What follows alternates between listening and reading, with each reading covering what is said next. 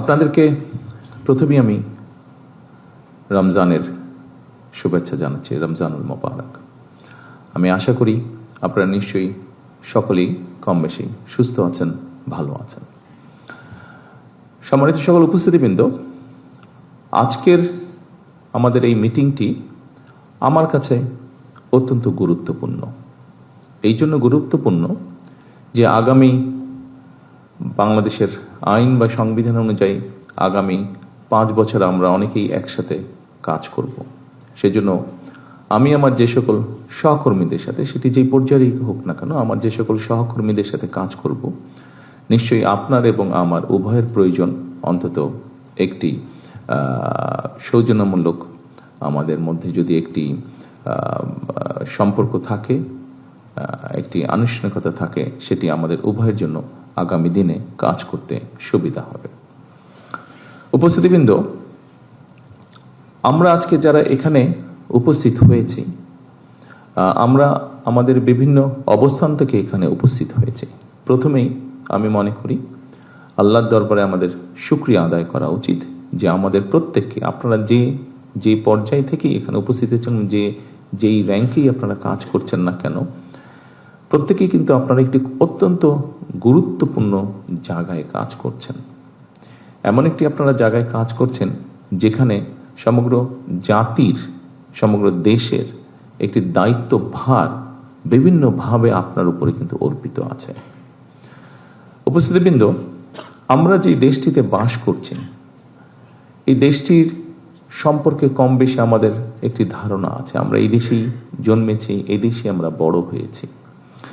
এই দেশের কোথায় কি আছে, মানুষ কিভাবে থাকছে, মানুষ কতটুকু ভালো আছে, কতটুকু খারাপ আছে, তাদের শিক্ষা ব্যবস্থা কি, তাদের স্বাস্থ্য ব্যবস্থা কি, তাদের জীবনযাত্রা কেমন, এই সব কিছুই কিন্তু কম বেশি এখানে উপস্থিত প্রত্যেকটি মানুষেরই ধারণা আছে।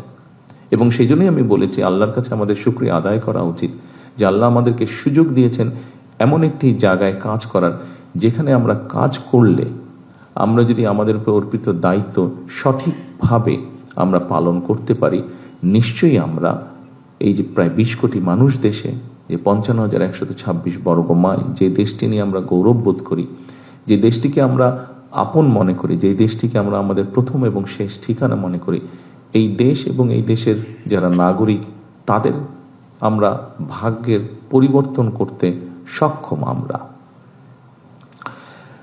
উপস্থিতিবৃন্দ, আমি আপনাদের সামনে আজকে অবশ্যই একটি দায়িত্ব নিয়ে আপনাদের সামনে আমি বসে আছি, বা আপনাদের সাথে কাজ করছি, বা আপনাদের সামনে উপস্থিত হয়েছি। কিন্তু তার আগে একটি পরিচয় আছে, আমি একজন রাজনৈতিক কর্মী এবং একটি রাজনৈতিক দলের আমি প্রতিনিধিত্ব করি। কিছুদিন আগে দেশে একটি নির্বাচন অনুষ্ঠিত হয়েছে। এই নির্বাচনে আমরা দেখেছি বাংলাদেশের মানুষ নির্দ্বিধায়, মুক্তভাবে, স্বাধীনভাবে, ভয় ভীতিহীনভাবে তাদের ভোট প্রদান করেছে। বিশ্বের যে কোনো গণতান্ত্রিক রাষ্ট্রে যখন রাজনৈতিক দলগুলো নির্বাচনে অংশগ্রহণ করে, তাদের কিছু বক্তব্য থাকে, তাদের কিছু কর্মপরিকল্পনা থাকে, যেই কর্মপরিকল্পনাকে আমরা ম্যানিফেস্টো বলি। এবং সেই ম্যানিফেস্টো তারা উপস্থাপন করে জাতির সামনে। এবং যখন একটি গণতান্ত্রিক ব্যবস্থার মাধ্যমে একটি রাজনৈতিক দল নির্বাচিত হয়, খুব স্বাভাবিকভাবেই আমাদেরকে ধরে নিতে হয় যে ম্যানিফেস্টো তারা জাতির সামনে উপস্থাপন করেছিল, সেই ম্যানিফেস্টোর পক্ষে বাংলাদেশের মানুষ রায় প্রদান করেছে এবং সেজন্যই সেই দলটি নির্বাচনে জয়লাভ করেছে। বাংলাদেশের ক্ষেত্রে গত 12 তারিখে যে নির্বাচন অনুষ্ঠিত হয়েছে, সেই নির্বাচনে আমার দল এবং একই সাথে অন্যান্য রাজনৈতিক দল যারা জাতীয় নির্বাচনে অংশগ্রহণ করেছিলেন, প্রত্যেকেই তারা তাদের অবস্থান থেকে তাদের দর্শন বা ম্যানিফেস্টো উপস্থাপন করেছেন, তাদের পরিকল্পনা উপস্থাপন করেছেন। ভোটের রেজাল্ট কি হয়েছে আপনারা দেখেছেন। বাংলাদেশের মানুষ, সেই হিসাবে আমরা ধরে নিতে পারি বাংলাদেশের মানুষ, ভোটের হিসাব যদি আমরা করি, বাংলাদেশের মানুষ বাংলাদেশ জাতীয়তাবাদী দলের ম্যানিফেস্টোকে সমর্থন দিয়েছে বা সেটির পক্ষে রায় দিয়েছে। এবং রাজনৈতিক দল হিসাব আমরা যে ম্যানিফেস্টো জনগণের সামনে উপস্থাপন করেছি, সেই ম্যানিফেস্টো স্বাভাবিকভাবে আমরা বাস্তবায়ন করব। এবং একই সাথে পৃথিবীর যে কোনো গণতান্ত্রিক রাষ্ট্রে যখন একটি রাজনৈতিক দল যারা জয়লাভ করে সরকার গঠন করে তারা তাদের ম্যানিফেস্টো বাস্তবায়ন করে। তবে এই ম্যানিফেস্টোকে যদি আমাদের বাস্তবায়ন করতে হয় খুব স্বাভাবিকভাবে আপনারা যারা প্রজাতন্ত্রের যারা কর্মকর্তা এবং কর্মচারীবৃন্দ অবশ্যই আপনাদের সহযোগিতা প্রয়োজন। উপস্থিতিবৃন্দ, আমরা যে ম্যানিফেস্টো দিয়েছি অবশ্যই আমার ধারণা আপনারা কম বেশি সকলেই সেই ম্যানিফেস্টো দেখেছেন। সেই ম্যানিফেস্টোতে অনেক বিষয়ের মধ্যে আমরা উল্লেখ করেছি কি আমরা করতে চাই বাংলাদেশের মানুষের স্বাস্থ্য ব্যবস্থা নিয়ে। সেই ম্যানিফেস্টোর মধ্যে আমরা উল্লেখ করেছি এই দেশের সন্তানদের শিক্ষা ব্যবস্থাকে আমরা কিভাবে গড়ে তুলতে চাই। সেই ম্যানিফেস্টোর মধ্যে আমরা উল্লেখ করছি এই দেশের সন্তান সহ এই দেশের মানুষের তরুণ সমাজের ক্রীড়া ব্যবস্থা আমরা কিভাবে গড়ে তুলতে চাই। আমরা উল্লেখ করেছি আমাদের ম্যানিফেস্টোতে আমরা নারীকে এম্পাওয়ার্ড করার জন্য তাদেরকে আমরা কিভাবে সহযোগিতা করতে চাই, সেটি শিক্ষার ক্ষেত্রে হোক, সেটি অর্থনৈতিকভাবে নারীদেরকে স্বাবলম্বী করে গড়ে তোলার ক্ষেত্রে হোক। উপস্থিতিবৃন্দ, আমরা খুব পরিষ্কারভাবে সুন্দরভাবে উল্লেখ করেছি ভাগ করে, আমরা ডিপার্টমেন্ট ভাগ করে আমরা উল্লেখ করেছি যে আমরা কিভাবে এই দেশের মানুষের কর্মসংস্থানের ব্যবস্থা করতে চাই, সেটি দেশীয় বিনিয়োগের মাধ্যমে হোক, সেটি বিদেশি বিনিয়োগের মাধ্যমে, সেটি বন্ধ কলকারখানাগুলো চালু করার মাধ্যমে হোক। অর্থাৎ মানুষ যাতে বেকার না থাকে, যত কম সংখ্যক মানুষ বেকার থাকবে দেশের জন্য ততটা ভালো হবে, মানুষ ততটা স্বাচ্ছন্দ্যে থাকবে। অর্থাৎ আমরা চেয়েছি এই দেশের মানুষ কাজ করতে জানে, কাজে তাদেরকে কাজের পরিবেশ তৈরি করে দেওয়া। উপস্থিতিবৃন্দ, আমরা আমাদের ম্যানিফেস্টোতে উল্লেখ করেছি একটি খুব গুরুত্বপূর্ণ বিষয়, সেটি হচ্ছে এক, মানুষকে অবশ্যই সেফ ফিল করতে হবে, সেটি রাস্তাঘাটে হোক, সেটি তার অফিস আদালতে হোক, সেটি পথ চলায় হোক, সেটি তার ব্যবসা বাণিজ্য হোক, এমনকি সেটি পরিবার নিয়ে যখন সে ঘরে থাকবে সেখানেই হোক। কাজটি অনেক কঠিন, কিন্তু আমি মনে করি আপনারা সহ প্রজাতন্ত্রের সমগ্র বাংলাদেশের প্রজাতন্ত্রের যত কর্মকর্তা কর্মচারী আছেন, আমরা যদি সকলে মিলে একসাথে কাজ করি নিশ্চয়ই আমরা সেরকম একটি পরিস্থিতি গড়ে তুলতে সক্ষম হব। উপস্থিতিবৃন্দ, আরেকটি বিষয় আছে যেই বিষয়টিকে আমরা অ্যাড্রেস করতে চাই। যেভাবেই হোক এই বিষয়টি আমাদের সকল ব্যবস্থাকে, সমাজের সকল ব্যবস্থা, রাষ্ট্রের সকল ব্যবস্থাকে অনেক পিছিয়ে দিয়েছে, অনেক ক্ষেত্রে ধ্বংসের দ্বার প্রান্তে নিয়ে গিয়েছে। সেটি হচ্ছে দুর্নীতি। একটি বিষয় আছে যেই বিষয়টিকে আমাদেরকে অবশ্যই অ্যাড্রেস করতে হবে, কিন্তু এই বিষয়টিকে একটি রাজনৈতিক দল হিসাবে, সরকার হিসাবে যদি আমরা অ্যাড্রেস করতে চাই অবশ্যই আপনাদের মতন মানুষ যারা আছেন তাদের সহযোগিতা, তাদের 100% সহযোগিতা ছাড়া আমাদের পক্ষে সেটি সম্ভব হবে না। এবং আমি আমার রাজনৈতিক সরকারের পক্ষ থেকে আমি দৃঢ়ভাবে বিশ্বাস করতে চাই এখানে উপস্থিত যে সকল প্রজাতন্ত্রের কর্মকর্তা কর্মচারীবৃন্দ আছেন আপনাদের পূর্ণ সহযোগিতা আমরা ইনশাল্লাহ পাবো, এটি আমরা দৃঢ়ভাবে বিশ্বাস করি। উপস্থিতিবৃন্দ, আপনারা এখানে সকলেই অভিজ্ঞ কর্মকর্তা এবং কর্মচারীবৃন্দ। স্বাভাবিকভাবেই একটি বিষয় আমাদের কাছে খুবই গুরুত্বপূর্ণ, সেটি হচ্ছে অবশ্যই সরকারের মূল দুটো বিষয় থাকে। একটি হচ্ছে দেশের এবং রাষ্ট্রের স্বার্থে অবশ্যই অনেকগুলো কাজ আছে যেটি দেশকে, দেশের রাষ্ট্রের স্বার্থে আমাদেরকে যেটি ফলো করতে হয়, সেটি হচ্ছে বিভিন্ন রাষ্ট্রীয় ব্যাপারে কিছু গোপনীয়তা থাকে। আমরা প্রত্যাশা করব আজকে যেহেতু এটি এমন একটি যুগে এসে দাঁড়িয়েছি, আমরা বিভিন্ন সময় মিডিয়া বলুন, সোশ্যাল মিডিয়াতে বলুন, এরকম অনেক কথা চলে আসে এবং অনেক খবর চলে আসে যেগুলোর মধ্যে অনেকগুলোই মিসইনফরমেশন বা ডিসইনফরমেশন হয়ে থাকে, যা রাষ্ট্র এবং জাতির জন্য অনেক সময় ক্ষতিকারক হয়ে দেখা দেয়। ইনিশিয়ালি মনে হতে পারে যে এটি বোধহয় খুব পপুলার একটি কথা, কিন্তু ইন দ্য লং রানে এই বিষয়টি ক্ষতিকারক হয়ে দাঁড়ায় দেশের জন্য, দেশের মানুষের জন্য তথা রাষ্ট্রের জন্য। আপনাদের সকল কাছে আমার অনুরোধ থাকবে যে অবশ্যই আপনার স্ব অবস্থান থেকে যেখানে গোপনীয়তার বিষয় থাকবে সেখানে দয়া করে আপনারা রাষ্ট্রের স্বার্থে, জনগণের স্বার্থে গোপনীয়তা রক্ষা করবেন, যাতে করে দেশ, রাষ্ট্র কোনো বিব্রতকর অথবা এমন কোনো অবস্থায় না পড়ে যেখানে রাষ্ট্র ক্ষতিগ্রস্ত হতে পারে, দেশের মানুষ ক্ষতিগ্রস্ত হতে পারে।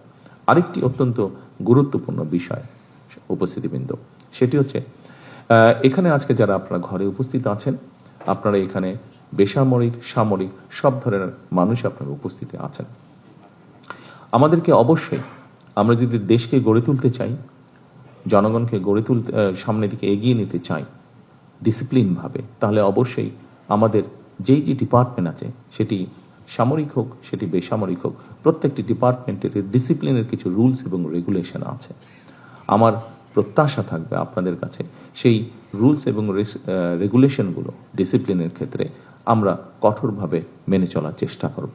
কারণ উপস্থিতিবৃন্দ, স্বাভাবিকভাবে সাধারণ মানুষ কিন্তু চেষ্টা করবে আমাদেরকে দেখেই শেখার জন্য, এবং যেহেতু তারা আমাদেরকেই ফলো করার চেষ্টা করবে, সেই জন্যই আপনার এবং আমার এবং আমাদের সকলের দায়িত্ব হচ্ছে এই ডিসিপ্লিনগুলোকে আমরা যদি মেনে চলি, স্বাভাবিকভাবে এটি আস্তে আস্তে মানুষের মধ্যে এই জিনিসগুলো ছড়াতে শুরু করবে এবং আমাদের পক্ষে সম্ভব হবে জাতিকে একটি ডিসিপ্লিন জায়গায় নিয়ে আসার জন্য। এটি বলাটা একটু বিব্রতকর ব্যাপার, তারপরেও আমরা যদি রাস্তায় বের হই, আনফর্চুনেটলি যেহেতু কথাটা সত্য, আমাদের মধ্যেই, আমাদের দেশের ভিতরেই ঘটছে জিনিসটা এবং আমরা চোখের সামনেই দেখছি, সেই জন্যই আমি আপনাদের সামনে আলাপ করছি। আমরা যদি এই মুহূর্তে রাস্তায় বের হই বা ঢাকা শহর সহ বাংলাদেশের যে কোনো রাস্তায় বের হই, নির্দ্বিধায় আমরা বলতে পারি যে রাস্তায় কোনো ডিসিপ্লিন নেই।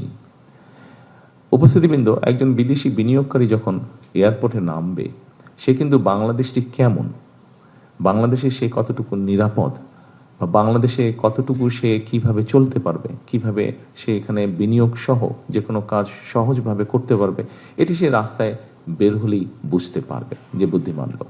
সেই জন্যই আমি বলেছি যে ডিসিপ্লিনটা অত্যন্ত গুরুত্বপূর্ণ। আমি রাস্তার ডিসিপ্লিনটা আপনাদেরকে উদাহরণ দিয়ে বোঝানোর চেষ্টা করেছি। এরকম অবস্থা সোজা বাংলায় যেটাকে বলে অনেকটা হয়তো হজবরল, এরকম একটা শব্দ আমরা ব্যবহার করি, এরকম অবস্থা হয়তো আমাদের রাষ্ট্রের বিভিন্ন জায়গায় আছে।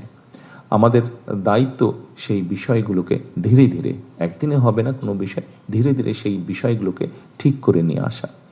আপনারা এখানে অনেকেরই, আপনাদের সৌভাগ্য হয়েছে, কম বেশি হয়তো অনেকেরই সৌভাগ্য হয়েছে, বিশেষ করে যারা কর্মকর্তাবৃন্দ আছেন, পৃথিবীর ভালো ভালো দেশগুলো সফর করার।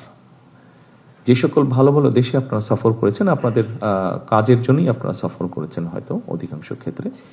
নিশ্চয়ই মানুষ হিসাবে যখন আপনি সেই দেশগুলোতে গিয়েছেন, আপনি একজন কর্মকর্তা হিসাবে গিয়েছেন, বাংলাদেশের সরকারের কর্মকর্তা হিসাবে হয়তো সরকারি কাজে গিয়েছেন, কিন্তু একটা সময় তো আপনি মানুষ হিসাবেও চিন্তা ভাবনার সুযোগ পেয়েছেন, যখন পথে বেরিয়েছেন, যখন তাদের ট্রাফিক ব্যবস্থা দেখেছেন, যখন তাদের অফিস আদালতের ব্যবস্থা দেখেছেন। নিশ্চয়ই আপনার মনের মধ্যে একজন বাংলাদেশি হিসাবে, একজন মানুষ হিসাবে, একজন নাগরিক, দেশের নাগরিক হিসাবে আপনার মনের মধ্যে হঠাৎ করে একটি কথা এসছে যে হ্যাঁ, এদের দেশটা এত সুন্দর, আমার দেশটা কেন এরকম, এটি আসতে বাধ্য আপনার মনের মধ্যে। উপস্থিতিবৃন্দ, যেই দেশটিকে নিয়ে আপনি আফসোস করেছেন, এই দেশটিতেও মানুষ আছে, এবং যেই দেশটিকে আপনি উদাহরণ হিসেবে চিন্তা করছেন, সেই দেশটিতেও মানুষ আছে।